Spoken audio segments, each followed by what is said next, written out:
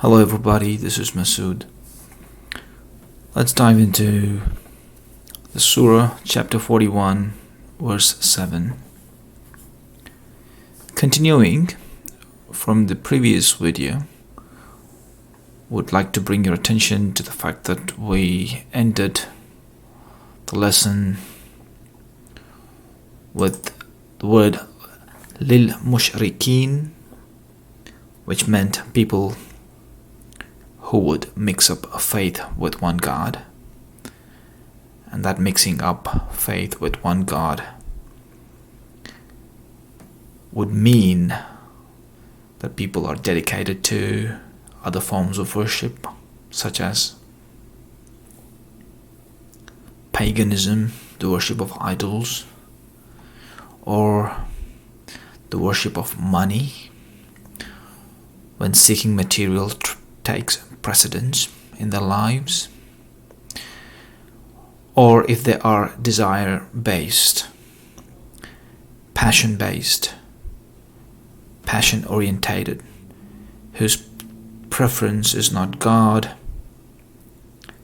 but their passion, their desire, their whims. So all of this that offsets God and His commands are subject to a characterization called as association. Associating unworthy things with or in comparison to reverence that need to be awarded to one God. So, some descriptor is given in verse 7. So the quality of associators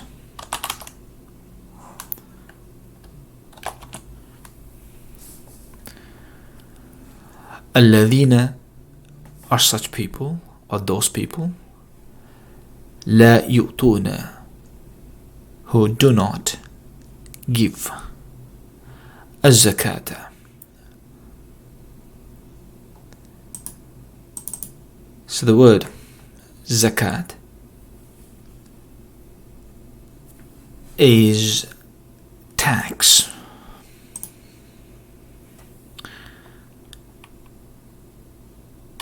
Do not give tax.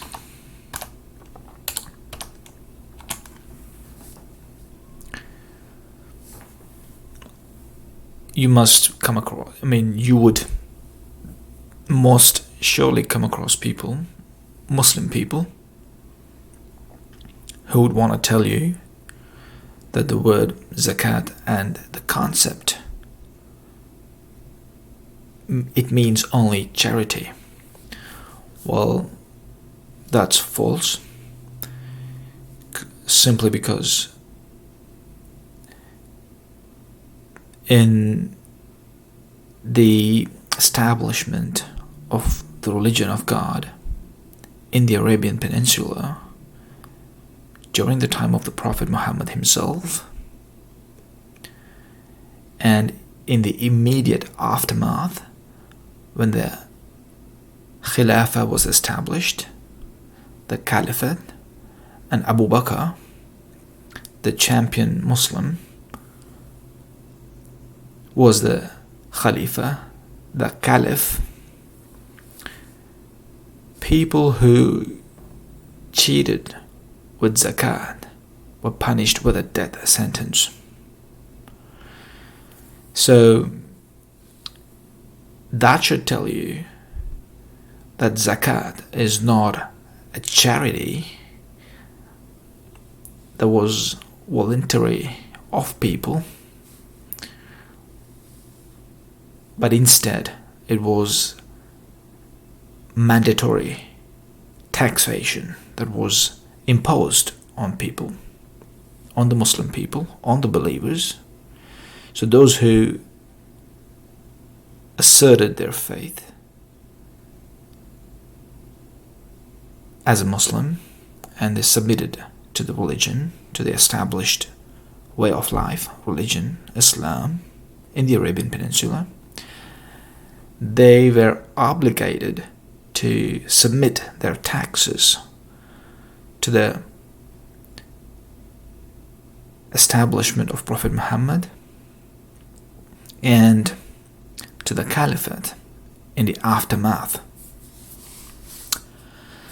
So people who cheated on the taxes were subject to capital punishments and at the least severe punishments. And in today's development of the world, in the modern world, there's severe penalties for theft in taxation, long jail sentences and stuff like that. So it's important. It's a system that people do not have a leeway to bypass. So you can imagine, in the religion of God, after you commit your word to God, falsifying the word is condemned to death.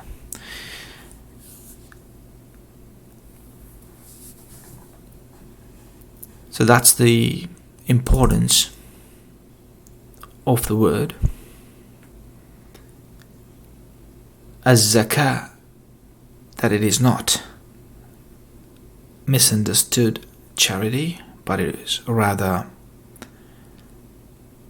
an imposed taxation. The reason, one may ask, why does God impose taxation? The reasoning behind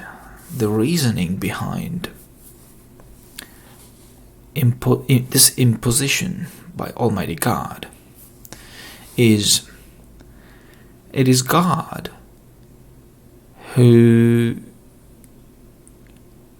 has made available all the resources on earth. You excavate a lot of materials and minerals and ores, and a lot of the wealth that you extract from the surface of the earth and from its underneath, and all that God supplies to us in the form of rain that grows crops, the grain, the nuts, and the fruits, and the fodder for the animals, and that the animals, the livestock, cattle, the poultry, the dairy, all of that stuff, as a result that is produced, God says it should reach all His creatures. The premise that God points out to is, it is God who gives life. Every human born is with the permission of Almighty God. So God has promised, it's the law, and that's as being recited to in His scriptures, that God is the one who gives life and He is the one who provides. So all the souls that are born, that birth, have a promise from Almighty God for their provision on earth. So God has comprehended a plan, a system, and has made available the abundance of resources and will continue to supply the abundance of rain to produce, so that every creature that is birthed on the face of the earth is fed. With human beings, unlike the birds and animals, hoarding is of a different level. Human beings hoard, human beings control, human beings systematize access to these resources. As a result, some groups become the owners or the guards of these resources, and commons at large are on the receiving end. So God declared that it is the responsibility of those in authority that they should ensure every creature that is given permission to be born should be fed. Failing this, the authorities will be subject to severe chastisement with God post-Judgment Day. So among the laws that God communicated to mankind, the foremost and the most important one God declared is taxation, to ensure that equality to the basic safety and security of all of its creatures is met, and the responsibility is shouldered on people who become authorities. And that's where the capital punishment comes into play. So those who evade or cheat in the taxation, God says their characterization is of those of the mushrik people. The characteristics of a mushrik, of the one who associates false gods with Almighty God, who does not respect and revere the position of Almighty God. In such a characterization, people cheat with taxation. It's a severe thing. So the first quality God points out is people may call themselves believers, they may be Muslims, Christians or Jews, but if you play false with taxation, if you try to save taxation, people have all these tricks they do to pay or to have a cut on their taxes.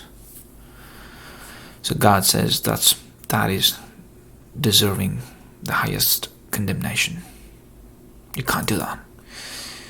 You can't hoard. You can't illegally hoard. As far as you've given taxes, you've rendered the taxes, then you're freed. Then God shows mercy to you. So the first things first with God. No matter who you are, a Jew, Christian or a Muslim, but if you cheat on taxes, God renders you as a mushrik, as an associator with God, who prefers not to give God absolute reverence, who mixes up his faith with other things of this world and somehow ducks the commands of God. So that's a sad story there, right there, for people who fiddle with their taxes. That's a warning right there. Okay, that's a big one.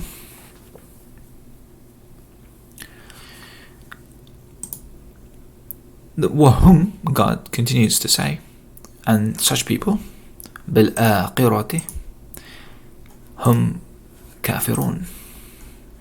Such people, they do not really believe in the meeting with the Lord. They have no fear of being accounted.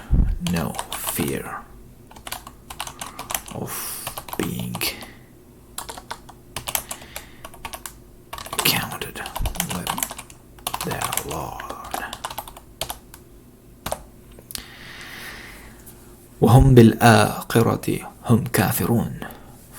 In the meeting with the Lord, they are in denial. They are in denial. Doesn't matter. The claims will be subject to be trashed. Claims don't stand with God unless they were followed with righteous actions. They were substantiated with evidence of your actually acting on them. You made a claim that you're Muslim and you cheated in taxes. You're Christian, you cheated in taxes. You're a Jew, you cheated in taxes. You're gone, finished. So that's a big one. إن الذين, indeed, الذين, those people, on the contrary, آمنوا, who believe in the Lord, وعملوا الصالحات, and commit to doing good. وعملوا الصالحات, and commit to doing good.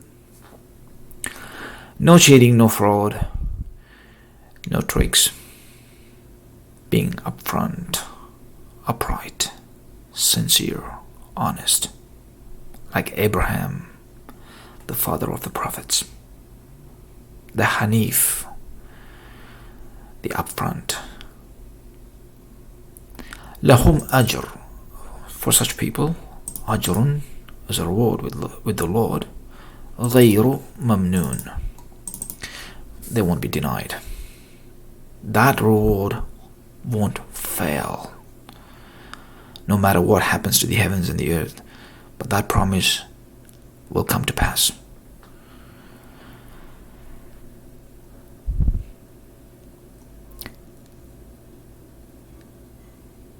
So that's all for today. Hopefully you've taken a thing or two and known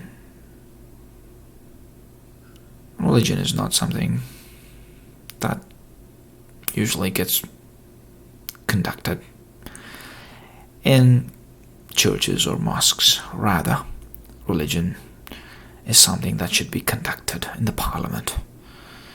And God is more keen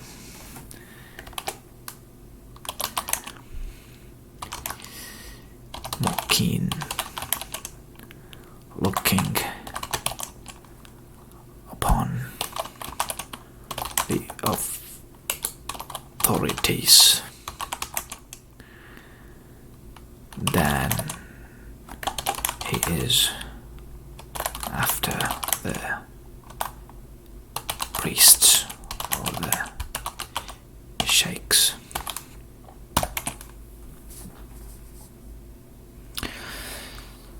So authorities need to tighten their belts.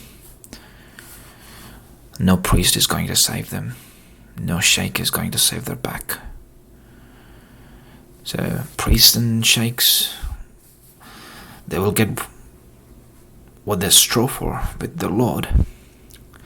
But authorities, God is he's focused on authorities, because these are the guys, these are the blokes that spread, control, or guard, or systematize the distribution of resources to the numerous people, men and women God creates with the promise that they will be looked after on planet Earth. That's all for today. Throw a thumbs up or a thumbs down, or feel free to comment or leave your feedback or any questions you may have that I can take in my next video. See you in the next video. Bye.